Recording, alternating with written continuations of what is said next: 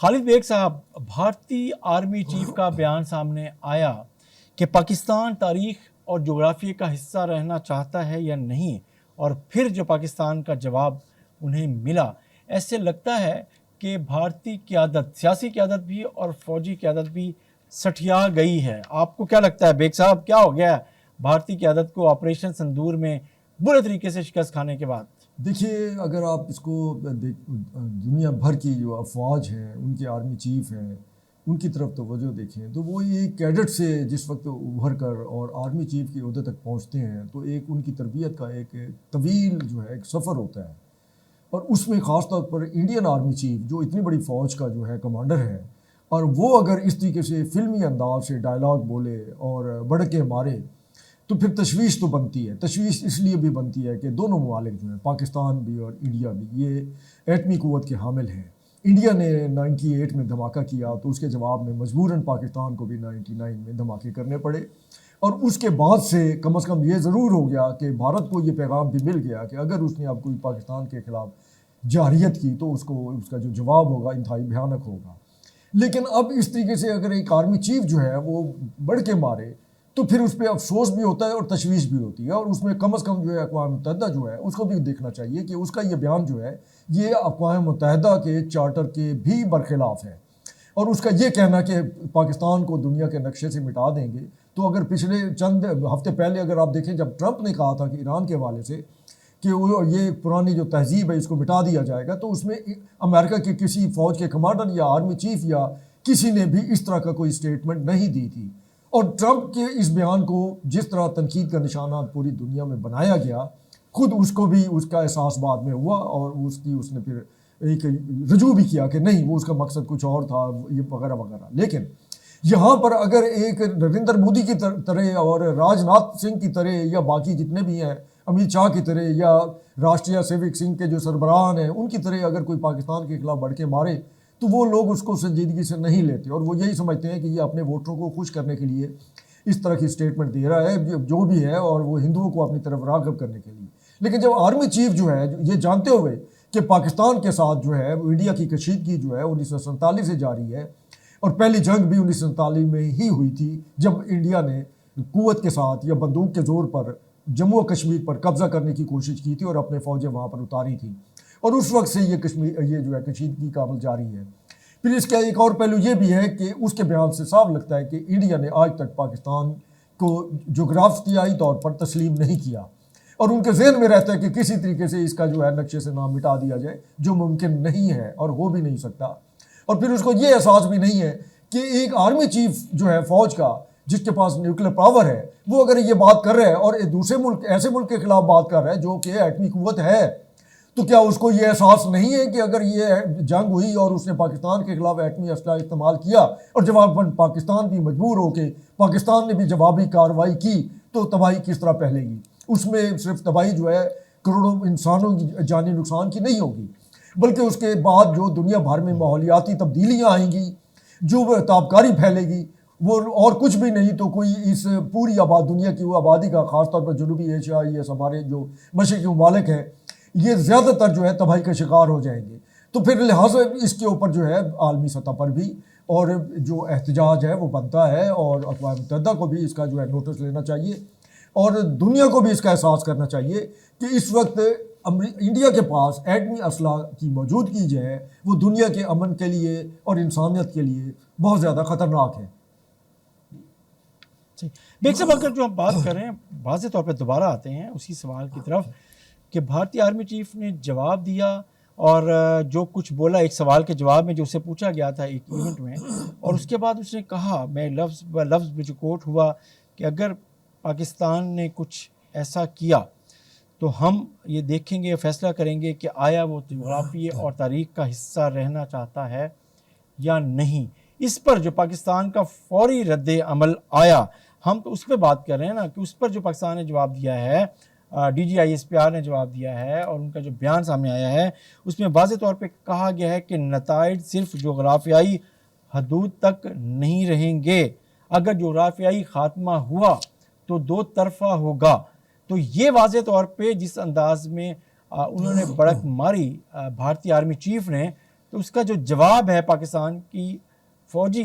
क़यादत की तरफ से और फ़ौज की तरफ से वो दे दिया गया है, और ये कितना सख्त जवाब है, ये बात करें। देखिए इसमें तो हमारे जो आर्मी चीफ है, फील्ड मार्शल हैं, वो भी बाकायदा अमेरिका में बैठकर जो है वो इस तरह का जो है एक दो टोक अल्फाज में जो है पाकिस्तान का मौक़िफ़ जो है वो ज़ाहिर कर चुके हैं कि पाकिस्तान को आसान मत समझा जाए और पाकिस्तान के ख़िलाफ़ कोई भी कार्रवाई, कोई भी जारियत जो है वो बहुत ज़्यादा दुनिया के लिए तबाहकुन साबित होगी। और हमारे ये DGISPR जो है चौधरी साहब, ये भी बरमला कई दफ़ा ये जो है ये बता चुके हैं कि पाकिस्तान के साथ इस तरह की आए हम आपको फिर सबक सिखाएंगे। और उन्होंने कई दफ़ा ये भी कहा है कि आप अपना शौक़ पूरा करें और आए पाकिस्तान पर हमला करें, फिर हम आपको बताते हैं कि उसका इंडिया के लिए अंजाम क्या होगा। लेकिन बदकिस्मती ये है कि वो जो एक सेमिनार था वो एक फरमाइशी सेमिनार था जिसमें सिर्फ ना पाकिस्तान के हवाले से ये दहशतगर्दी के ऊपर बात की गई, पाकिस्तान को दहशतगर्दी के हवाले से जो है मूरद इल्ज़ाम ठहराया गया, जिसके जवाब में उसने इंडियन आर्मी चीफ ने ये बात की। साथ ही ये जो इंडस वाटर ट्रीटी है उसके हवाले से भी उसने बयान दिया और उसने ये कहा कि पाकिस्तान जो है अब वो भूल जाए पानी को, और इस तरह की उसने बात की। उसके जवाब में भी DGISPR ने कहा, उसने कहा फिर वो जो इंडिया जो है इंतज़ार करे, कश्मीर के जो 6 के 6 दरिया हैं वो पाकिस्तान के हैं और अनकरीब जल्द ही जो है इंडिया का कश्मीर से राब्ता जो है मुनक़ता कर दिया जाएगा। चीन और पाकिस्तान मिलकर जो है उसका ये राब्ता जो है ख़त्म कर देंगे और इंशाल्लाह जल्द जो है कश्मीर जो है वो पूरा कश्मीर जो है पाकिस्तान का हिस्सा बनेगा। ये उसके जवाब में उन्होंने ये बात भी की, उसी ही बयान में, उसी अपनी जवाबी जो उन्होंने एक प्रेस कॉन्फ्रेंस की या जो बयान दिया। अब कहने का मतलब ये है कि ये दो तरफा ये जो बातचीत है, पाकिस्तान ने तो कोई भी बेहतियाती नहीं की। पाकिस्तान के DGISPR में सिर्फ जवाब दिया और ये बताया कि उसके नुकसान क्या हो सकते हैं इंडिया ने अगर पाकिस्तान के खिलाफ कोई भी जारियत की। एटमी असला की बात नहीं है, बात यह है कि अगर उसने हमाकत की पाकिस्तान पर हमला करने की, जो कि पिछले 1 साल से वो कोशिश कर रहे हैं कि किसी तरीके से एक अपनी हजीमत जो है जो ऑपरेशन संदूर के जवाब में पाकिस्तान के मार्के हक की शक्ल में उनको मिली, और वो इतनी ज़्यादा बेइज्जती है कि उसके ऊपर अभी तक वो सफाइयाँ देते फिरते हैं या इस तरह की बयानबाजी करते फिरते हैं। लेकिन उसमें आर्मी चीफ का ये तवक्को नहीं की जा सकती कि फ़ौज का सरबराह जो है वो फिल्मी डायलॉग बोले और बॉलीवुड के किसी फिल्म का करैक्टर मालूम हो। तो उसके लिए बहरहाल उसे शर्मिंदा होना चाहिए, क्योंकि उसने अपने फ़ौज के जो अदारा है उसकी भी तौहीन की है। वो यूनिफॉर्म में बैठा हुआ था, उसने वो फ़ौज की जो एक यूनिफॉर्म है उसने उसकी भी जो है तौहीन की है, क्योंकि एक फ़ौज का जो सरबराह है उससे लेकर और नीचे एक जवान तक जो वर्दी में होता है उसकी तरबियत ये होती है कि कोई भी वो ऐसी हरकत, कोई भी ऐसी बात या कोई भी गैर जिम्मेदाराना गुफ्तगू नहीं करेगा जिससे उसकी वर्दी जो है उसकी तौहीन हो। और ये आर्मी चीफ है और आर्मी चीफ वहाँ बैठकर इस तरह की बयानबाजी कर रहा है कि पाकिस्तान जो है वो पता नहीं जोग्राफियाई लक्ष्य पर रहना चाहता है कि नहीं रहना चाहता। और भैया आप क्या कर लेंगे पाकिस्तान का? आपने जो एक ऑपरेशन संदूर में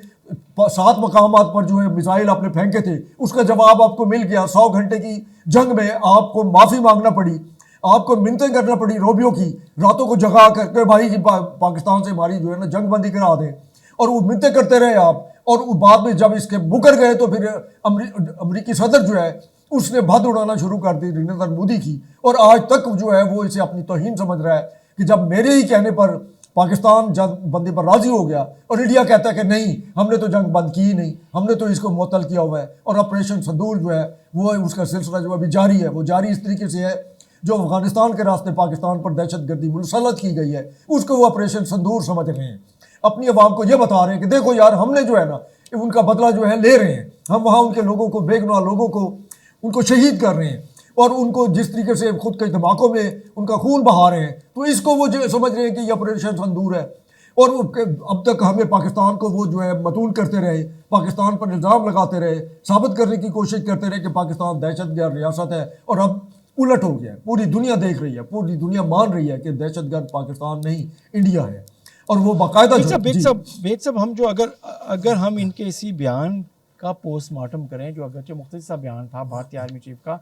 और उसके बाद हम अगर पाकिस्तान का जवाब देखें तो हम सिर्फ उस पर भी अगर इस वक्त बाकी प्रोग्राम के हिस्से में फोकस कर लें, जो जवाब पाकिस्तान ने दिया कि पाकिस्तान एटमी ताकत और जनूबी एशिया की तारीख का नाकाबिले तरदीद हिस्सा है। ये पाकिस्तान ने वाज़ेह तौर पे उस जुमले के जवाब में कहा जो भारतीय आर्मी चीफ ने कहा और जो धमकी देने की कोशिश की। और फिर पाकिस्तान ने यह भी कहा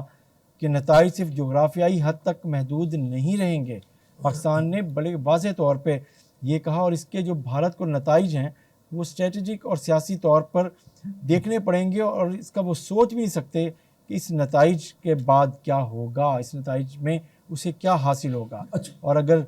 पाकिस्तान, अगर जो भारतीय धमकी अगर हम देख भी लें, जो उन्होंने बात की, जोग्राफियाई खात्मा हुआ तो पाकिस्तान ने वाज़ेह तौर पे कहा कि ये फिर दो तरफ़ा होगा। मतलब भारत ये ना सोचे कि वो एक तरफ़ा तौर पे कुछ कर सकता है। जैसे आपने भी निशानदही की कि एटमी ताकत हैं, दोनों तरफ से चीज़ें मौजूद हैं, ऐसी हथियार मौजूद हैं और पाकिस्तान के पास ऐसी कैपेसिटी मौजूद है, अहलियत और सलाहियत है कि वो अपने से कई गुना बड़े दुश्मन को भी जवाब दे सकता है। और ये साबित भी किया मई 2025 के जंग में, जिन 100 दिन की जंग का जो आप हवाला दे रहे हैं चीज़ों में, तो उसके बाद भी इस तरह की गीदड़ भभकी सिवाय अपनी मायूस फ़ौज में नई रूह फूंकने के एक नाकाम कोशिश के अलावा क्या हो सकता है? अच्छा चले, मैं आपको इधर एक इंकशाफ करूं, और बड़ा ही दिलचस्प है कि हमारे DGISPR ने तो जवाब देना ही था, क्योंकि उसने जो भड़क मारी थी उसका जवाब देना ज़रूरी था, उस पर खामोशी बनती ही नहीं थी। लेकिन एक जवाब जो है इंडियन आर्मी चीफ को इंडिया के अंदर से मिला है और बड़ा ही खौफनाक है। अब वो ये है कि मणिपुर में वहाँ एक ब्रिगेडियर जो है वो सर्विंग ब्रिगेडियर यूनिफॉर्म में था, उसकी गाड़ी को रोक लिया गया और उसके ऊपर जिस तरीके से पथराव किया गया और जिस तरीके से वहाँ मणिपुर के लोगों ने उसके ऊपर हमला किया, और उसने उसे उल्टी जो गाड़ी है और उसके साथ बाकी उसके हिफाजती गार्ड थे, उन्हें अंदाज़ा ही नहीं था कि जिस वीरान सड़क से वो गुजर रहे थे, जो उनकी इंटेलिजेंस ने इतला दी कि ये महफूज है, यहाँ पर कोई ऐसे मुसल्ला मणिपुर के अंदर, चूँकि वहाँ कर्फ्यू लगा हुआ है, वहाँ हालात बहुत कशीदा है और वहाँ किलिंग्स उसी तरीके से हो रही हैं जिस तरीके से मकबूजा कश्मीर में हो रही हैं। तो वो वीडियो जो थी वो ट्विटर पर लगाई, एक्स पर लगाई एक इंडियन ने, और उसने कहा कि उसने अपने आर्मी चीफ को मुखातिब करते हुए कहा, उसने कहा पहले तुम अपने अफसरान का जो है ना हिफाजत करो मणिपुर में, मकबूजा कश्मीर की तरह तुमने मणिपुर के वहाँ के लोगों की भी ज़िंदगी जो है जेरन कर रखी है। तो ये उसका जवाब है कि देखो तुम्हारा एक बावर्दी फौज ब्रिगेडियर जो है किस तरीके से उल्टी गाड़ी चलाकर भागने की कोशिश कर रहा है, वहाँ से फरार होने की कोशिश कर रहा है।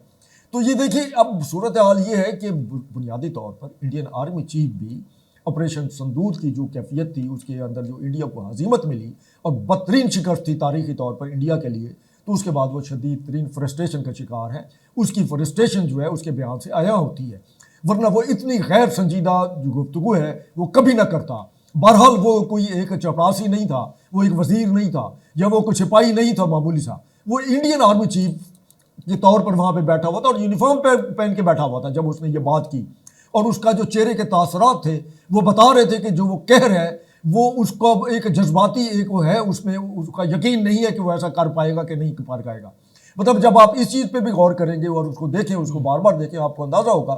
कि जिस अंदाज से वो स्टेटमेंट दे रहा है उस वही से ही उसकी गैर संजीदगी जाहिर करती है। लेकिन ये चीज़ बहरहाल तशवीश का बायस है कि बहरहाल एक मुल्क जिसके पास एटमी असला है और वो दूसरी एटमी ताकत को इस तरह की अगर धमकी देता है, और ये धमकी जो है उनके गैर जिम्मेदाराना रवैया की अक्कासी ही नहीं है, बल्कि ये भी है कि कल अगर उसने इस तरह की कोई हमाकत की, मिसाल के तौर पर चंद साल पहले आपको याद होगा खानेवाल कबीरवाला के इलाके में उनका एक मिसाइल जो है उन्होंने कहा जी गलती से ये रास्ता भूल कर वो इधर आ भटका था, और उसने काफ़ी वहाँ पर फसलें या कोई आबादी नहीं थी, लेकिन बहरहाल कुछ ना कुछ नुकसान ज़रूर हुआ था। और पाकिस्तान ने उस वक्त भी कहा था कि